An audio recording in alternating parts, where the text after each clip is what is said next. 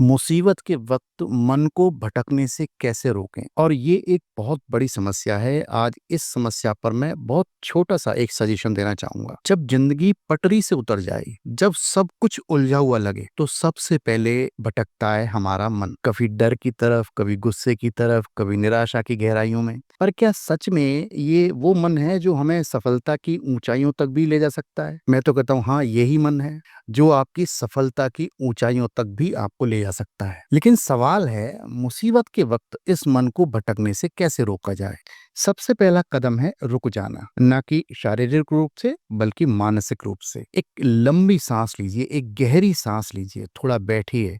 जहां पर भी आप निवास करते हैं वहां से थोड़ा दूर जाइए। नदी है तो नदी किनारे जाइए, कोई पार्क है तो पार्क में जाइए, पेड़ों से बातें कीजिए, पेड़ की पत्तियों की आवाज को सुनने का प्रयास कीजिए। सुबह सुबह उठकर अपने कान को जमीन से लगाइए और जमीन में से यदि कोई आपको ध्वनि सुनाई दे रही है तो उसको सुनने का प्रयास कीजिए। कुल मिलाकर आप अपने को प्रकृति से जोड़िए। फिर एक खुद से सवाल पूछिए, क्या मैं इस स्थिति को कंट्रोल कर सकता हूँ? और अगर जवाब है हाँ, तो अपनी ऊर्जा समाधान पर लगाइए, चिंता पर मत लगाइए। और अगर जवाब आए ना, तो उसे स्वीकार करिए और अपने रिएक्शन को नियंत्रित कीजिए। प्राणायाम कीजिए, सच को स्वीकार कीजिए। दूसरा कदम है ध्यान और आत्मचिंतन। रोजाना 10 मिनट खुद से मिलिए, अपने मन की चाल को समझिए। जब आप ध्यान से बैठते हैं तो मन के तूफान भी शांत होने लगते हैं।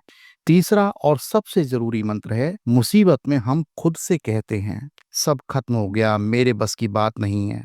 और यही है असली जहर। अब कहना शुरू कीजिए, ये वक्त भी गुजर जाएगा, मैं खुद पर भरोसा रखता हूँ, मैं समाधान ढूंढ लूंगा, चाहे जैसे भी, और ईश्वर मेरे साथ है। जब आप इस तरीके के शब्दों को बोलते हैं तो आपके मन को एक सहारा मिलता है, आपकी आत्मा को एक सहारा मिलता है। यदि आप ऐसा करते हैं तो मुसीबत के वक्त आपका जो मन है वो भटकना बंद कर देता है।